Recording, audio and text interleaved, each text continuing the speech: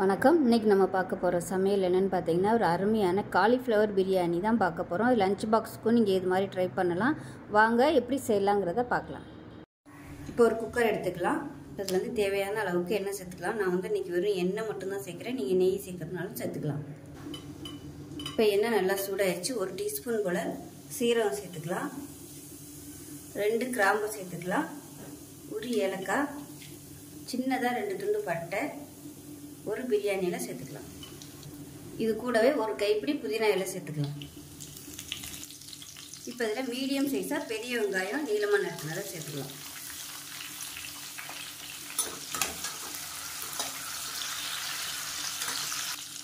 வெங்காயம் வதங்குறதுக்கு உப்பு சேர்த்துக்கலாம். இப்போ வெங்காயம் வதங்கிட்டு இருக்கு. இதில் பார்த்தீங்கன்னா ஒரு 10 சின்ன வெங்காயம் எடுத்து இந்த மாதிரி க்ரஷ் பண்ணி வச்சுருக்கேன். அதாவது 1-2 அரைச்சி வச்சுருக்கேன். ரொம்ப நைஸாலாம் அரைக்கலை. இப்போ இதை வந்து சேர்த்துக்கலாம். இது வந்து நல்ல ஒரு டேஸ்ட்டும் கொடுக்கும், நல்ல ஒரு ஃப்ளேவரும் கொடுக்கும்.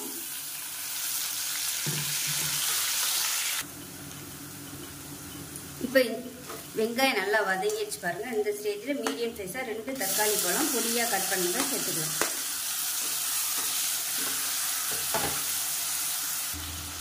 மஞ்சள்தூள் கொஞ்சமாக சேர்த்துக்கலாம். அதே மாதிரி உப்பும் கொஞ்சமாக சேர்த்துக்கலாம். அப்போ தான் தக்காளி வந்து நல்லா மசிஞ்சு வரும். இப்போ தக்காளி ஓரளவுக்கு நல்லா வதங்க ஆரம்பிச்சிருச்சு. இதில் 1 டேபிள் ஸ்பூன் இஞ்சி பூண்டு பேஸ்ட் வந்து சேர்த்துக்கலாம். தக்காளி சேர்த்ததுக்கப்புறம் இஞ்சி பூண்டு சேர்த்தோம்னா அடி பிடிக்காது. இல்லைன்னா உங்களுக்கு குக்கரில் அடி பிடிக்கும். தக்காளி நல்லா தொக்கு மாதிரி வரணும். இப்போ தக்காளி நல்லா வதங்கிடுச்சு. இப்போ இதில் வந்து 1 டேபிள் ஸ்பூன் மிளகாத்தூள் சேர்த்துக்கலாம். 1/2 டேபிள் ஸ்பூன் பிரியாணி மசாலா, எந்த பிராண்ட் வேணாலும் நீங்கள் யூஸ் பண்ணிக்கலாம். 1/4 டேபிள் ஸ்பூன் சிக்கன் மசாலா தூள் வந்து சேர்க்குறேன். இது வீட்டில் இருந்ததுனால நான் சேர்த்துருக்கேன். நல்லா ஃப்ளேவராக இருக்குமேனு. இது வந்து ஆப்ஷனல் தான். இருந்தால் நீங்கள் வச்சுருந்தீங்கன்னா சேர்த்துக்கலாம். மட்டன் மசாலா, சிக்கன் மசாலா எது இருந்தாலும் கொஞ்சமாக சேர்த்திங்கன்னா உங்களுக்கு நல்லாயிருக்கும், ஃப்ளேவராக இருக்கும். இப்போ பொடியை சேர்த்துட்டு நல்லா வதக்கியாச்சு. இதில் ஒரு கைப்பிடி கொத்தமல்லி இலை சேர்த்துக்கலாம். அது கூடவே ஒரு 3 பச்சை மிளகா 2 உடச்சிட்டு வச்சுருக்கேன். அதையும் சேர்த்துக்கலாம். சும்மா ஒரு கைப்பிடி கேரட்டு, ஒரு கைப்பிடி பீன்ஸு. காய்கறி வந்து கொஞ்சமாக இருந்ததுனால கொஞ்சமாக எடுத்துருக்கேன். என்கிட்ட வந்து காலிஃப்ளவர் மட்டும் நிறையா இருந்துச்சு. அதனால் நான் மற்ற காய்கறியெல்லாம் கொஞ்சமாக போட்டு, காலிஃப்ளவர் வந்து மஞ்சள் சுடுதண்ணி போட்டு முன்னாடியே வச்சுட்டேன். அந்த காலிஃப்ளவரை அப்படியே அதில் சேர்த்துக்கலாம்.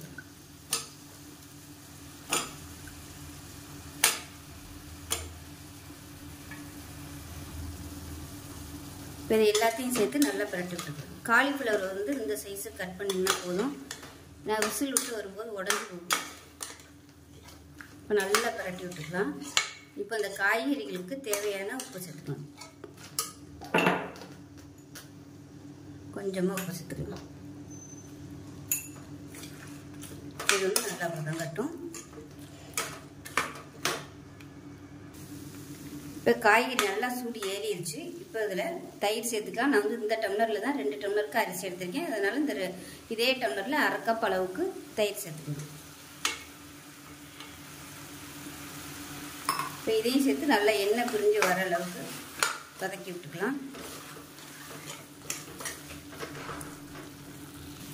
இப்போ இதில் பார்த்தீங்கன்னா பிரியாணி அரிசி பாஸ்மதி ரைஸ் பார்த்தீங்கன்னா 2 டம்ளர் எடுத்திருக்கேன். இது வந்து நல்லா ஒரு 15 நிமிஷம் நல்லா ஊறிடுச்சு.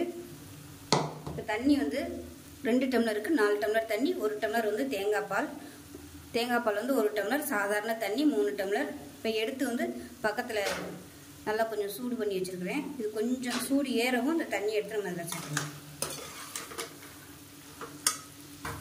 இப்போ தண்ணி நல்லா சூடு ஏறிடுச்சு. இப்போ இந்த தண்ணி வந்து அப்படியே சேர்த்துக்கலாம். 2 டம்ளருக்கு மொத்தம் 4 டம்ளர் தண்ணி ஊற்றிருக்கேன் தேங்காய் பாலோட சேர்த்து. இது வந்து நல்லா கலந்து விட்டுக்கலாம். உப்பு கம்மியாக இருக்குது, உப்பு சேர்த்துக்கலாம். இப்போ பார்த்தீங்கன்னா தண்ணி நல்லா கொதிக்க ஆரம்பிச்சிருச்சு. இப்போ நம்ம வந்து அரிசியை சேர்த்துக்கலாம்.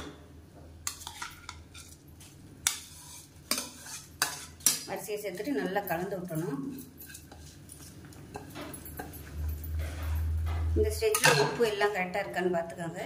பார்த்துட்டு 1 டேபிள் ஸ்பூன் அளவுக்கு லெமன் ஜூஸ் வந்து சேர்த்துக்கலாம். இது வந்து அந்த புளிப்பு டேஸ்ட் வந்து பேலன்ஸ் பண்ணி கொடுக்கும்.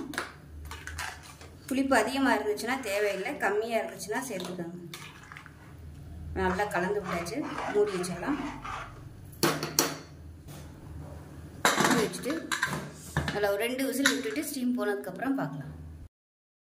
இப்போ நமக்கு பிரியாணி எப்படி இருக்குன்னு பார்க்கலாம். ஸோ காலைல கொஞ்சம் அவசரம், அதனால் டைமிங் இல்லை, அதனால் கொஞ்சம் ஸ்டீம் போகிறதுக்கு முன்னாடியே நான் ஓப்பன் பண்ணுறேன். நல்லா ஸ்டீம் போனதுக்கப்புறம் நீங்கள் ஓப்பன் பண்ணிக்கோங்க. இப்போ இதை நல்லா பரட்டி விட்டுக்கலாம். கரெக்டாக இருக்குது. இந்த ஸ்டீம் போச்சுன்னா கொஞ்சம் கரெக்டாக வந்துடும். இப்போ ஆறுச்சுனாலும் அது சரியாக வந்துடும். எனக்கு டைமிங் இல்லை இப்போ, அதனால் நான் வந்து இதோட அப்படியே எடுத்துட்டேன். ஸோ அவ்வளோதான், அருமையான பிரியாணி ரெடி ஆயிடுச்சு. ஸோ இதே மாதிரி செஞ்சு பாருங்கள். செஞ்சு பார்த்துட்டு எப்படி வந்துச்சுங்கிறத சொல்லுங்கள். வீடியோ பிடிச்சிச்சின்னா லைக் பண்ணுங்கள், கமெண்ட் பண்ணுங்கள், சேனலை சப்ஸ்கிரைப் பண்ணுங்கள், பக்கத்தில் உள்ள பெல் பட்டனையும் ப்ரெஸ் பண்ணுங்கள். நன்றி.